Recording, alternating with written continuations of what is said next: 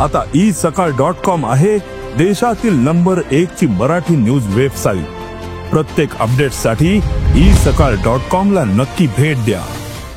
राज्यासाठी पुढील 12 तास अत्यंत महत्त्वाचे आहेत, कारण मुंबई, ठाणे, वसई, विरार, कल्याण, डोंबिवली आणि अगदी पुणे, रायगड, रत्नागिरी, कोकण, मराठवाड्यातल्या काही भाग इथे मुसळधार पावसाच्या सरी बरसतात। त्यामुळे आपण एकूणच परिस्थिती समजून घेतली तर सध्या राज्यात सगळीकडे पावसानं हजेरी लावली आहे आणि याच पावसाच्या हजेरीमुळे काही भागांमध्ये दैनंदिन जनजीवन विस्कळीत झालेलं दिसतंय। मंगळवारी म्हणजेच आज सकाळपासून पावसाचा जोर हा अनेक भागांमध्ये आहे। राज्यातल्या अनेक जिल्ह्यांना हवामान विभागाकडून रेड अलर्टही देण्यात आलाय। आता हे जिल्हे कुठले तर मुंबई, पुणे घाटमाथा, कोकण, रायगड आणि पालघर जिल्ह्यात अतिमुसळधार पावसाचा इशारा देण्यात आलाय आणि मराठवाड्यासह विदर्भाला येलो अलर्ट जारी करण्यात आलाय। संभाजीनगर, जालना, बीड, लातूर, अमरावती, चंद्रपूर, गडचिरोली या जिल्ह्यांना ऑरेंज अलर्ट देण्यात आलेला आहे। सोमवारी पावसामुळे मुंबईची लोकल सेवा कोलमडली होती आणि आजही तीच परिस्थिती आहे। मुंबईच्या अनेक भागांमध्ये, मुंबईचं शहर असेल, मुंबईतली उपनगरं असतील, पूर्व, मध्यम आणि पश्चिम या उपनगरांमध्ये खरं तर पावसाचा जोर कायम आहे। मध्यरात्रीपासून अनेक भागांमध्ये पावसाचा जोर वाढलाय। त्यामुळे अंधेरी, विलेपार्ले, जोगेश्वरी, गोरेगाव, मालाड, बोरिवली या भागांमध्ये पावसानं जोरदार बॅटिंग केली आहे।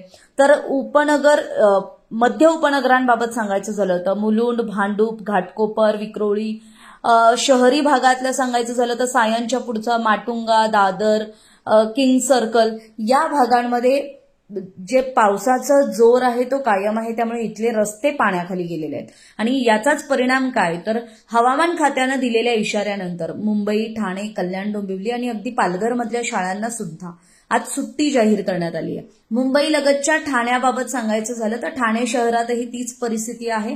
राम मारुती रोड परिसरातल्या रस्त्यावर पाणी साचलंय। याचाच परिणाम हा वाहन चालकांना होतोय, कारण काही ठिकाणी दुचाकी आणि रिक्षा बंद पडलेल्या दिसतात। पुढे आपण ठाण्याच्या पुढे गेलो तर मीरा भाईंदरसह वसई, विरार शहरात सुद्धा पावसाच्या जोरदार सरी बरसत आहेत। मागील 4 दिवसांपासून या भागात पावसाचा जोर कायम आहे। त्यामुळे वसई, विरारला सध्या असं तळ्याचं रूप आलंय। तिथले रस्ते पाण्याखाली गेलेत। काही भागांमधल्या इमारतीचा तळमजलाही पाण्याखाली गेल्याची माहिती आहे। त्यामुळे खरं सांगायचं झालं तर आजच्या दिवशी आणि पुढचे 12 तास हे संबंध राज्यासाठी अत्यंत महत्वाचे आहेत। आपण जर मुंबई आणि ठाण्याच्या पुढे गेलो आणि रायगड, रत्नागिरी, कोल्हापूर या भागांविषयी सांगायचं झालं तर कोकणातल्या जगबुडी, अंबा, कुंडलिका नद्यांनी इशारा पातळी ओलांडली आहे। चिपळूणमध्ये वशिष्ठी नदीला पूर आलाय।